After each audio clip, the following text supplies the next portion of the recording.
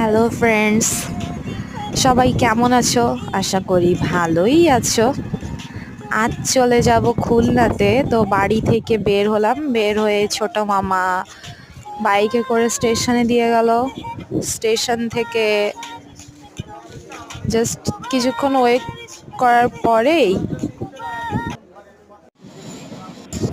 Train চলে আসে। ট্রেনে উঠলাম, ট্রেনে উঠে বেশ বসেই ছিলাম, চিল করতেছিলাম।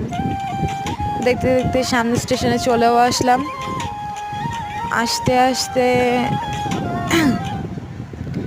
গাড়ি তখন জাস্ট আবার চলা শুরু করলো, থেমে আবার চলা শুরু করলো।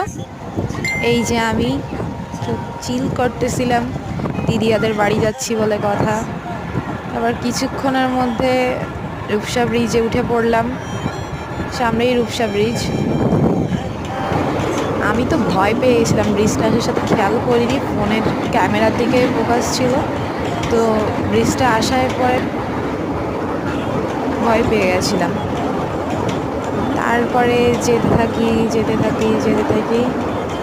এইবার যাওয়ার পরে নামলাম, নেমে দেখি স্টেশনে মেয়েছি দাদা।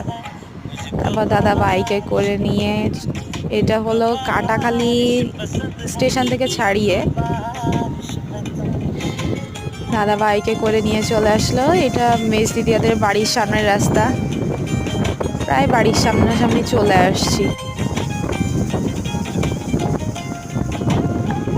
ভীষণ এক্সাইটেড ছিলাম।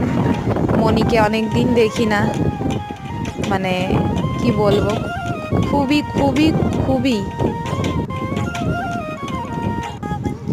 খুবই আনন্দে ছিলাম যে ওকে দেখবো অনেক দিন পর।